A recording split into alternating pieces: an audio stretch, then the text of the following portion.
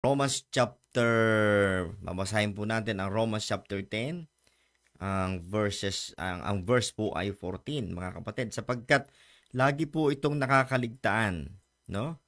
Kasi yung pong sinasabi sa verse 9, verse 10, and verse 13, whosoever shall call upon the name of the Lord shall be saved. Sa verse 13 po yun, ano? Pero, kung ating titignan sa verse 14, ang tanong ay, yung bang caller, mga kapatid, ay believer or unbeliever? At paano at saan, kailan ang eksaktong panahon na pumapasok ang banal na spirito sa isang tao? Nung siya na ba'y nag-call o nung siya nag-believe? Nung siya ba'y nanampalataya o tumawag sa pangalan ng Panginoon? Okay, anong sabi niya sa verse? Romans chapter 10 verse 14, how then shall they call on Him in whom they have not believed? Sa Tagalog, mga kapatid, ay papaano nga silang magsisipagtawag kung hindi naman sila naniniwala o sumasampalataya?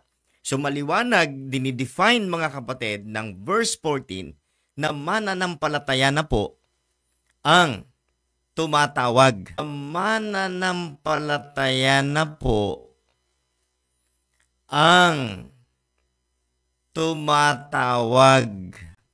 Pero ginagamit pa rin, mga kapatid, ng mga taong naniniwala na ang sinner's prayer ay kailangan. Okay? Para maligtas ang tao. And because of that, mga kapatid, naging double tongue na po sila. No? Naging double tongue na po sila. Ibig sabihin, hindi mo maintindihan kung ano ba talagang pinaniniwalaan nila. Prerequisite ba ang prayer o hindi? Yun po ang ating pinag-uusapan.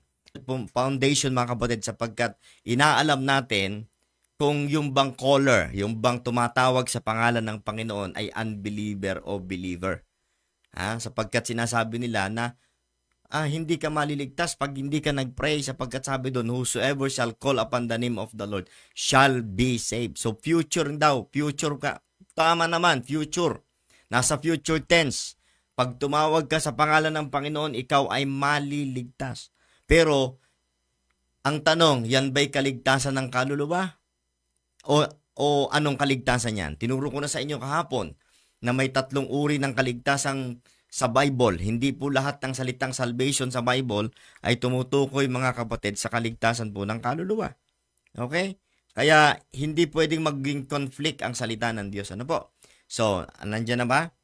Wherefore, I give you to understand that no man is speaking by the Spirit of God, call it Jesus a curse. At sasabi yan, and no man can say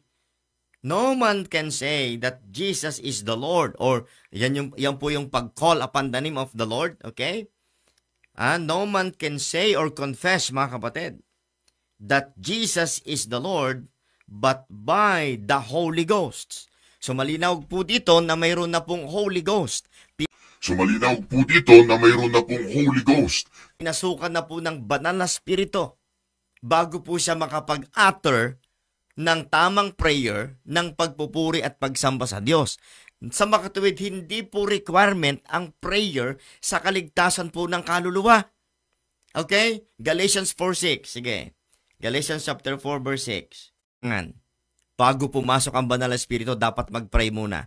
Pumasok ang banal na spirito, dapat mag-pray muna.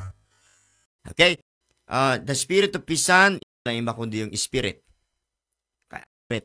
Ngayon, Romans chapter 8, verse 14. For as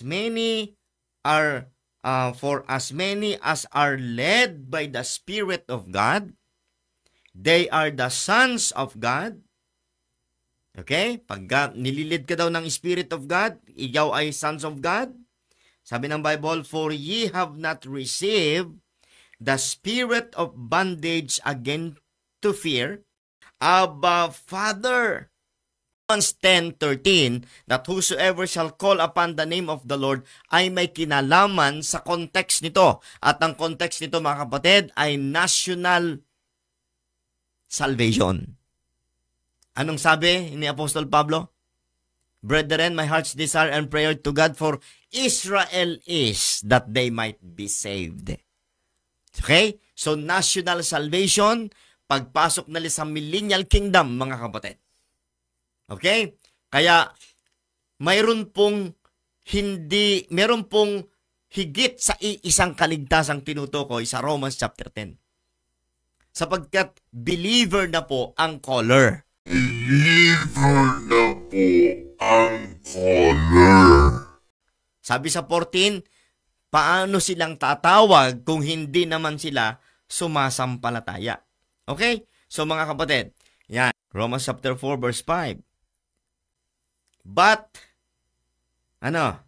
believeth on him that justifieth the ungodly. His faith is counted for righteousness. So, ang pananalangin, mga kapatid, ay gawa. Ang hindi lamang gawa ay yung pananampalataya. Tignan natin sa 26. For it is of faith that it might be by grace. Okay? So, pananampalataya, hindi po gawa.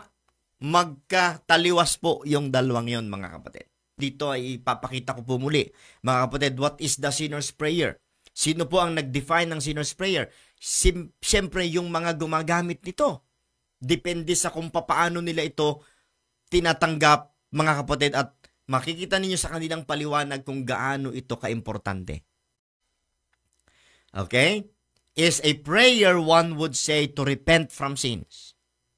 Ask God for forgiveness. Confess belief in Jesus Christ and accept Him as Lord and Savior. Saying a salvation prayer is the first step in your relationship to God. Ibig sabihin, hindi ka magkakaroon ng relasyon sa Diyos. Kasi yun nga yung first step eh. Yun yung first move para magkaroon ka ng relationship sa Panginoon. Yun yung sinner's prayer. Such as Baptist churches, unang-una pa nga and Methodist churches, as well as in movements that span several denominations, including evangelical, fundamental, and charismatic Christianity. It has also been used through, though not as widely by some Anglicans, Lutherans, and Roman Catholics. Ang nakapagtataka nito, tinatanggap ito ng iba't ibang denominasyon.